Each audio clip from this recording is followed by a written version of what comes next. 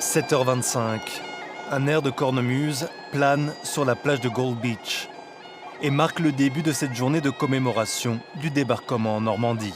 Une journée couverte par les principales télévisions francophones, à l'image de la RTS présente à Colville-sur-Mer, où une trentaine de vétérans américains ayant participé au débarquement étaient là aussi. Ils sont bientôt centenaires, alors beaucoup le répètent, on sait qu'il faut les écouter, garder leur mémoire, car ces témoignages deviendront de plus en plus rares.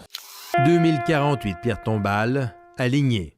Chacune marque la sépulture d'un soldat canadien tombé dans les heures ou dans les semaines qui ont suivi le débarquement. Un hommage rendu cette fois au cimetière militaire canadien de Bény-sur-Mer, toujours en Normandie. J'ai dit, pourquoi faire que les autres sont enterrés, puis moi je suis ici? C'est ça.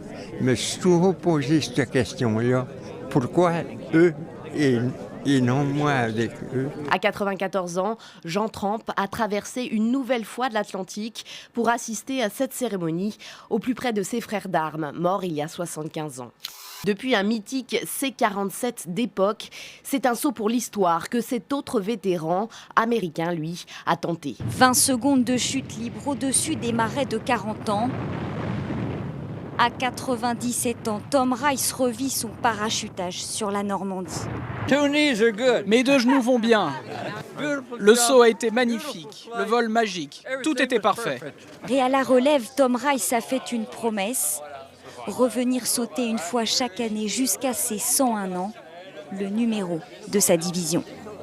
Revivre le débarquement dans une ambiance de communion collective, c'est ce que font cette année encore ces passionnés d'histoire dans le petit village de Sainte-Marie-du-Mont. Autour de l'église, un véritable camp s'est installé.